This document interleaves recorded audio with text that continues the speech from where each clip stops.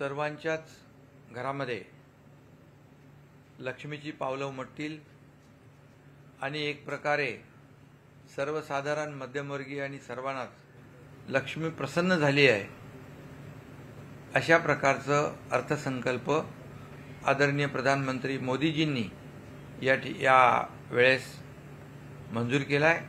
त्याबद्दल मी आदरणीय प्रधानमंत्री मोदीजींचं अभिनंदन करतो आणि केंद्रीय अर्थमंत्री निर्मला सीतारामजी यांचं देखील मनापासून मी अभिनंदन करतो।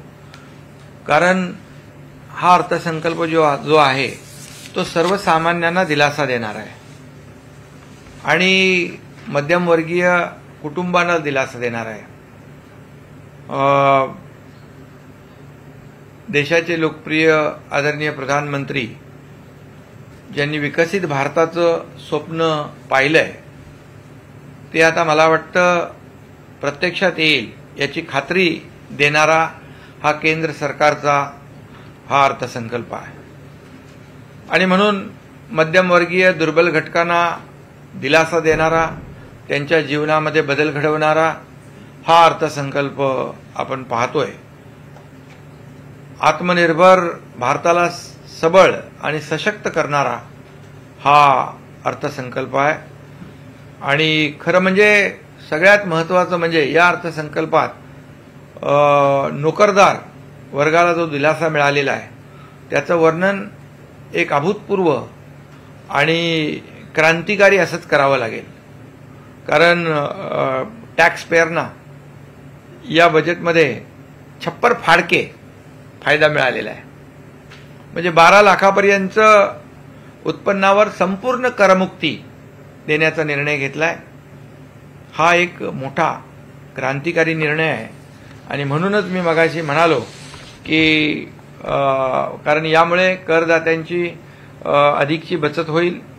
मोठ्या प्रमाणात त्यांना जे टॅक्स भरावा लागत होता त्यामध्ये उत्पन्नात त्यांच्या मोठ्या प्रमाणात बचत होईल आणि जो वाचलेला पैसा जो आहे त्यांचा बँकांमध्ये किंवा अन्य स्वरूपाच्या जी बचत करतील तिकडे वळेल आणि शेवटी हा पैसा जो आहे हा पैसा जो वाचलेला हा पुन्हा एक प्रकारे मार्केटमध्येच येईल आणि आपली अर्थव्यवस्था त्यामुळे मजबूत होईल।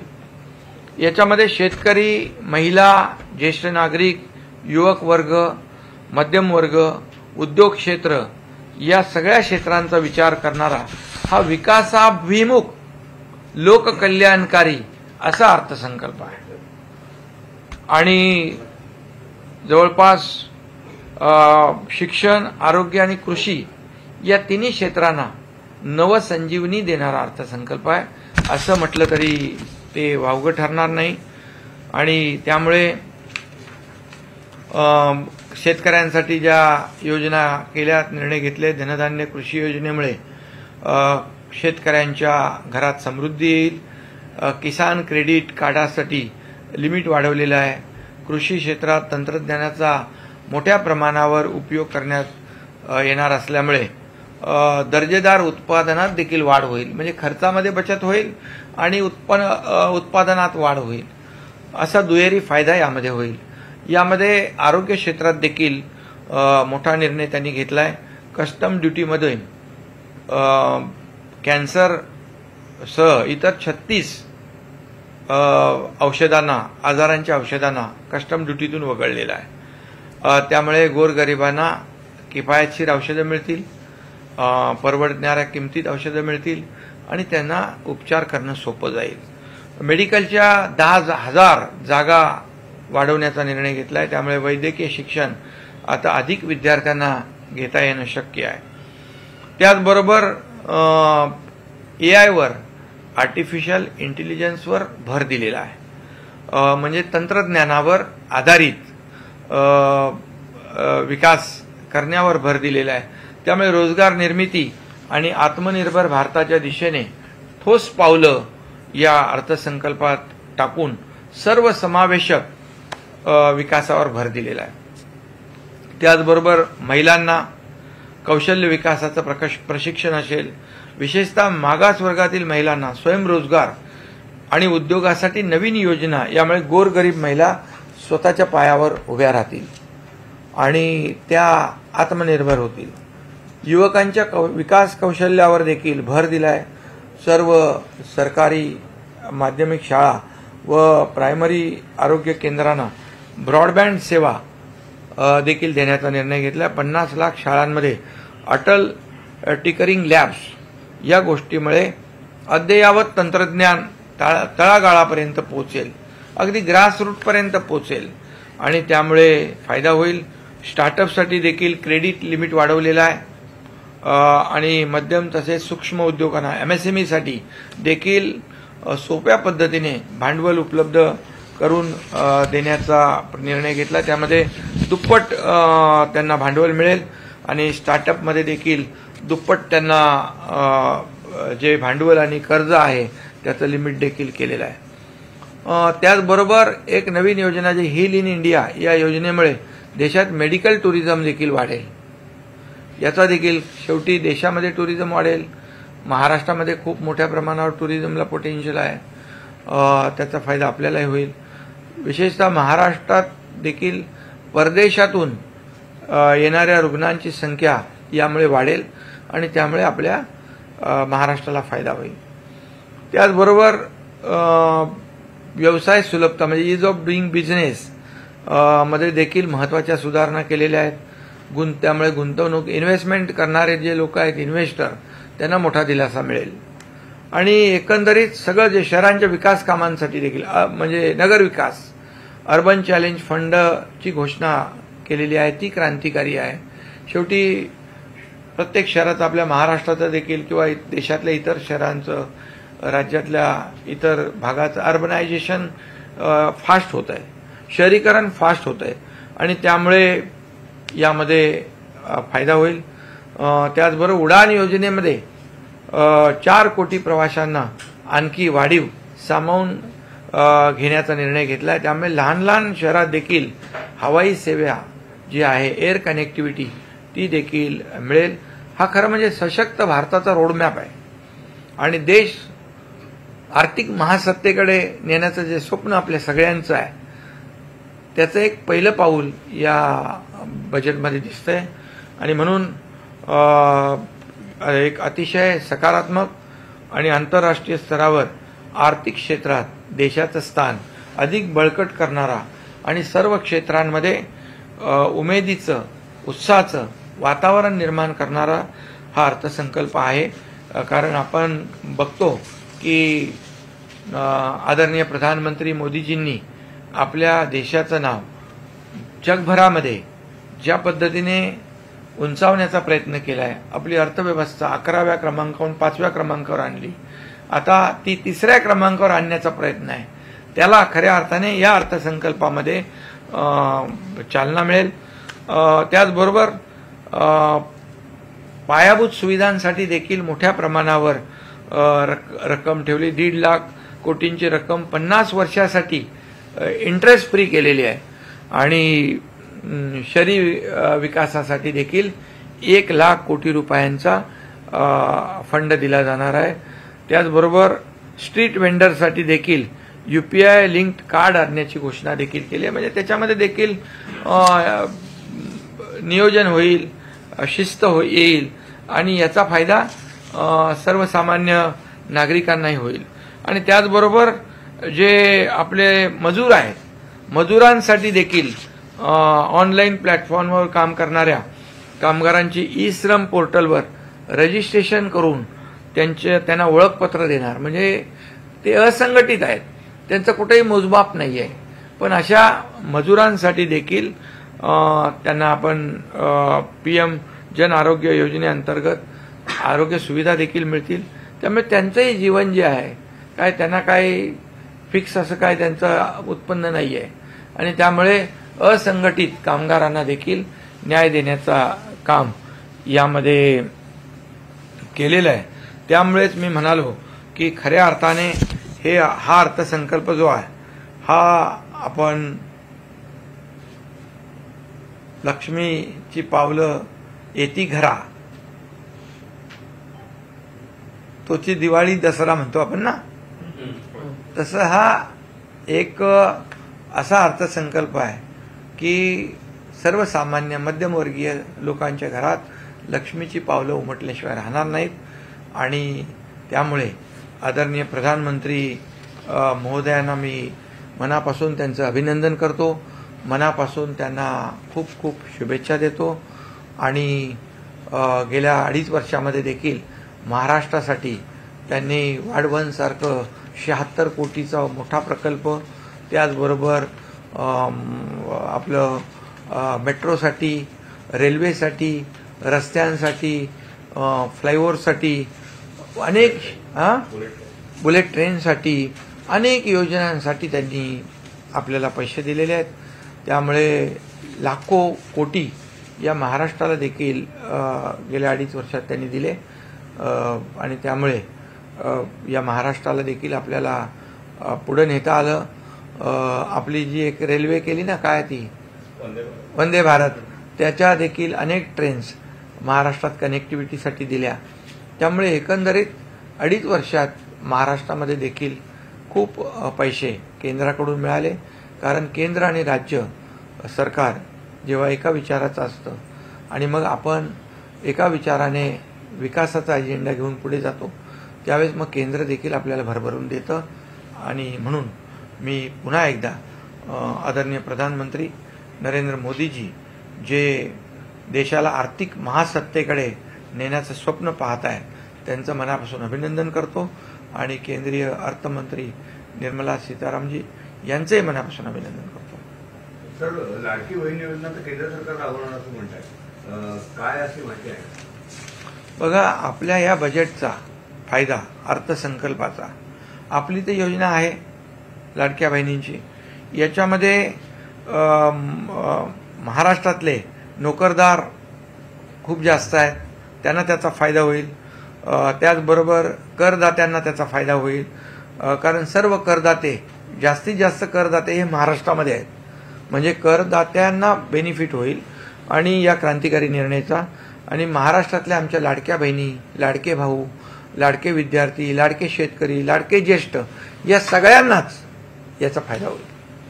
कोविड काळ असेल या नोटबंदी असेल, याच्यामुळे मोठा फटका बसला होता भारताला. त्याच्यानंतर पुढे सावरत महाराष्ट्र देखील सावरला. आणि महाराष्ट्रातलं कृषी, पर्यटन, पायाभूत सुविधा, उद्योग या सर्वांना बळकटी देणारा हा अर्थसंकल्प आहे. सर, कोविड काळ असेल या नोटबंदी असेल, मोठा फटका बसला होता. त्यानंतर सर्व आता महागाई देखील वाढायला लागलेली आहे. अनेक दरामध्ये वाढ केलेली आहे प्रवासामध्ये.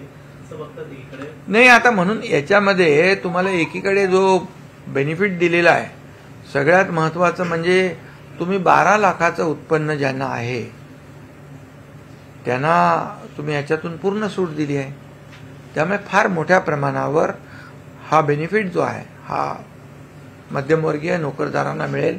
आणि त्यामुळे एक मोठा दिलासा या बजेटमुळे लोकांना मिळालेला आहे. सर, अनेक टीव्ही असेल, इलेक्ट्रॉनिक ज्या वस्तू ते सुद्धा झालेले आहे आजच्या बजेटमध्ये. हो, मी मगाशी म्हटलं ना की कॅन्सर सारखे इतर 36 आजार जे आहेत त्या आजारांना कस्टम ड्युटीमधून सूट दिलेली आहे. हा, आणि कर ह्याच्याबरोबर 12 लाखाचं उत्पन्न करमुक्त करण्याबरोबर जे स्टँडर्ड डिडक्शनची मर्यादा 50,000 होती ती पण 75,000 केली. त्याच्यामुळे देखील फायदा होईल. आज का जो अर्थसंकल्प है ये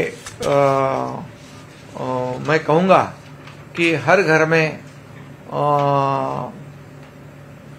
लक्ष्मी प्रसन्न हुई है.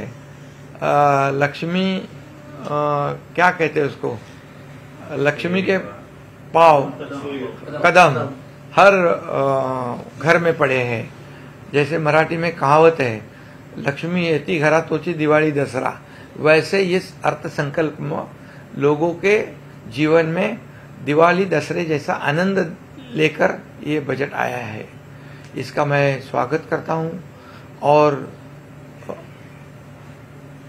देश को महासत्ता की ओर ले जाने का सपना देखने वाले आदरणीय प्रधानमंत्री नरेंद्र मोदी जी का अभिनंदन करता हूं और उनको बहुत बहुत महाराष्ट्र की ओर से धन्यवाद देता हूं और हमारे केंद्रीय अर्थ मंत्री निर्मला सीताराम जी, इनका भी अभिनंदन करता हूं। ये पहला कदम है देश को आर्थिक महासत्ता की ओर ले जाने वाला। जो अर्थ संकल्प है, ये सामान्य लोगों को, मिडिल क्लास को ये एक बहुत बड़ी ताकत देने वाला है। मैं कहूँगा कि ये तो देखेंगे हम तो एक टैक्स पेयर जो है उनको 12 लाख तक का टैक्स माफ कर दिया है, उनका स्टैंडर्ड डिडक्शन का लिमिट बढ़ा दिया है। ये एक तरह से छप्पर फाड़ के लोगों को अर्थ संकल्प में देने की कोशिश केंद्र सरकार ने की हुई है। इसमें नौकरी करने वाले लोग, जो सर्वसामान्य लोग, इनको बहुत बड़ा फायदा होगा और ये टैक्स में से बचा हुआ पैसे जो है वो कोई सेविंग करेंगे, कोई इन्वेस्ट करेंगे, आखिर ये मार्केट में आएगा और अर्थव्यवस्था को चालना में बढ़त मिलेगी। इसलिए इसमें सभी लोगों को इन्वॉल्व किया है। किसान है, महिला है, सीनियर सिटीजन है, युवा है, मिडिल क्लास है, इंडस्ट्री उद्योग क्षेत्र है, मतलब एमएसएमई है, स्टार्टअप है, सब है। सभी क्षेत्रों को, सभी वर्गों का इसमें विकास करने का सोचकर ये अर्थ संकल्प बनाया है। मैं ये भी कहूँगा एजुकेशन और हेल्थ और कृषि, ये तीनों विभाग जो है उसको भी एक मजबूत करने का, संजीवनी देने का ये अर्थ संकल्प है। और इसलिए कई योजना है, धन धान्य कृषि योजना, जो किसानों को मजबूत करेगा, किसानों के घर में समृद्धि लाएगा। किसान है हमारा जो कहते हैं हम अन्नदाता है, और उसको भी मजबूत करने का काम किया। किसान क्रेडिट कार्ड का लिमिट भी बढ़ाने का निर्णय लिया है और उसमें कृषि विभाग में, खेती विभाग में नए नए एडवांस टेक्नोलॉजी का इस्तेमाल भी करने का निर्णय लिया है। इससे लागत कम होगी और आमदनी जो है, उत्पादन बढ़ेगा, इससे किसानों को फायदा होगा। कस्टम ड्यूटी में से कैंसर जैसे और 36 बीमारियों के दवाइयों पर से कस्टम हटा दी गई है, इसलिए बहुत उनको अफोर्डेबल कीमत में दवाइयाँ मिलेगी, उनकी जान बचेगी। और एआई पे भी बहुत ही फोकस किया है। आर्टिफिशियल इंटेलिजेंस जो है उसके ऊपर भी आज जमाने के साथ हम जा रहे हैं। तो रोजगार निर्मित है और आत्मनिर्भर भारत की ओर ये कदम बढ़ाने वाला अर्थ संकल्प है और इसलिए महिलाओं को भी बहुत काफ़ी इसमें फ़ायदा दिया है। कौशल्य विकास प्रशिक्षण है, स्टार्टअप है, उसकी लिमिट बढ़ा दी है और ये सभी लोगों को, ये एजुकेशन हो, हेल्थ हो, इस क्षेत्र को मजबूत करने का काम इसमें किया है। और इसलिए ये बजट जो है ये मेडिकल टूरिज्म को भी बढ़ावा देने का काम किया है, क्योंकि महाराष्ट्र में विदेश में से भी कई मरीज आते हैं, इससे भी उनको भी फायदा होगा और हमारे महाराष्ट्र के मेडिकल टूरिज्म को भी और मेडिकल सेक्टर को भी फायदा होगा। और इसमें रोजाना काम में सुलभता आनी चाहिए, इसलिए ईज ऑफ डूइंग बिजनेस पे भी फोकस किया है, उसको भी फायदा किया है। और बहुत मैं इतना ही कहूंगा कि ये सशक्त, मजबूत भारत का एक रोड मैप इस अर्थ संकल्प में दिखाई दे रहा है। पिछले 2.5 साल में भी केंद्र ने हमें बहुत पैसे दिए हैं। बुलेट ट्रेन हो, मेट्रो हो, रेलवे हो और इसके साथ ये जो वाडवन का पोर्ट है, ये 76,000 करोड़ का नगर विकास हो, कई जो हमारे प्रस्ताव आए हैं, उस प्रस्ताव को केंद्र सरकार ने कभी ना नहीं कहा, हमें खाली हाथ नहीं भेजा। जो हमने राज्य के विकास के लिए मांगा वो देने का काम किया। इसका फायदा भी हमें ये विधानसभा के चुनाव में हुआ है, डबल इंजन सरकार का। सर विरोधकांचं म्हणणं आहे की हे जे बजेट आहे कुठेतरी पोटात गोळा आणण्यासारखं बजेट आहे, त्यामुळे अदानी असेल या भाजपला हे बजेट पुरेसे आहे असं आता विरोधक म्हणाला. विरोधकांना काय पाहिजे? विरोधकांनी एवढाच विचार केला पाहिजे, खरं म्हणजे हे बजेट काय महाराष्ट्र आपल्या देशातच आहे ना, का देशाच्या बाहेर आहे? या मागच्या बजेटमध्ये पण असाच त्यांनी आरोप केला, महाराष्ट्राला काय दिलं, महाराष्ट्राला काय दिलं. अरे नंतर कळलं की महाराष्ट्राला प्रत्येक योजनेमधून पैसे आहेत, कारण आपल्याकडे करदाता सगळ्यात जास्ती आहेत, त्याचा बेनिफिट त्यांना होणार. नोकरदार वर्ग जास्ती आहे, त्याचा बेनिफिट होणार. त्याचबरोबर आमच्या लाडक्या बहिणी, लाडके भाऊ, लाडके शेतकरी, लाडके विद्यार्थी, ह्या लाडके सिनियर सिटीजन यांना देखील याचा फायदा होणार आहे. त्यामुळे या बजेटमध्ये भरभरून तरतुदी आहे. तुम्हाला डिटेल सगळं कळेल. आणि मग विरोधक मागच्या वेळेस पण असंच बोलले, नंतर डिटेलमध्ये त्यांना कळलं महाराष्ट्राला या योजनेमध्ये पैसे आहेत, या योजनेत पैसे आहेत, मग त्यांची तोंड गप्प झाली. त्यामुळे आता देखील संध्याकाळी त्यांचे आवाज बंद होतील. मी एवढंच सांगतो, बजेटने किंवा या अर्थसंकल्पात महाराष्ट्राला काय दिलं हे विचारण्यापेक्षा महाराष्ट्राने तुम्हाला या विधानसभेत काय दिलं याचं आत्मचिंतन, आत्मपरीक्षण विरोधकांनी करावं. सर पृथ्वीराज चव्हाण असं म्हणतायत की आताचा जो युनियन बजेट आहे हा निराशाजनक आहे. जे निराश झालेले लोक आहेत त्यांना आशावादी कसं करता येईल? कारण या महाराष्ट्रातल्या जनतेने त्यांना विधानसभेत निराश करून टाकलेलं आहे. कारण काम करणाऱ्या लोकांच्या मागेही महाराष्ट्राची जनता राहिली आणि म्हणून लँडस्लाईड मॅन्डेट या महाराष्ट्रातल्या जनतेने महायुतीला दिलं. त्यामुळे महाविकास आघाडीची स्वप्न भंग पडली. त्यांनी मंत्रिमंडळ प्रस्तावित मंत्रिमंडळ तयार केलं होतं, 5 स्टार हॉटेल बुक केले होते. हे सगळे आपल्या महाराष्ट्रातल्या जनतेने त्यांची बुकिंग रद्द केली आणि त्यांना घरी पाठवलं. त्यामुळे ते निराश झालेले आहे. मी काय कोणाच्या वैयक्तिक बोलत नाही.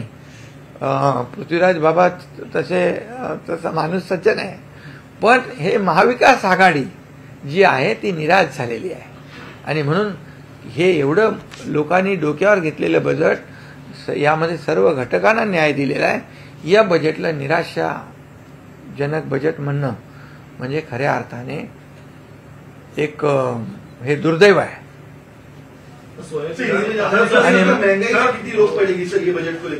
ये बजट में कपास सोयाबीन को भी ध्यान में रखा है, उसमें भी कुछ बदलाव लाने की बात भी की है.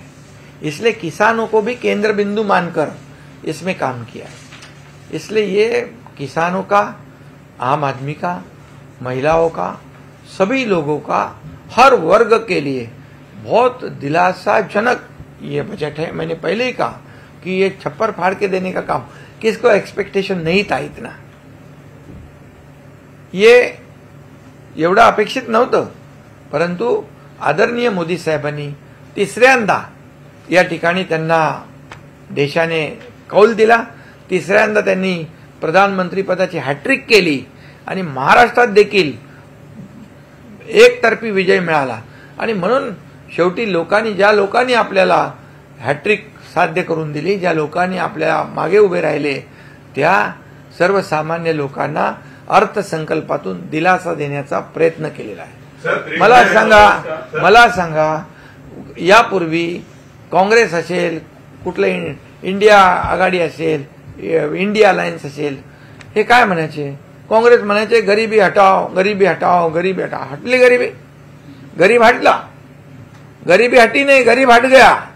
लेकिन मोदी जी ने 35 करोड़ लोगों को गरीबी से ऊपर उठाया, उनका जीवनमान ऊंचा कराया.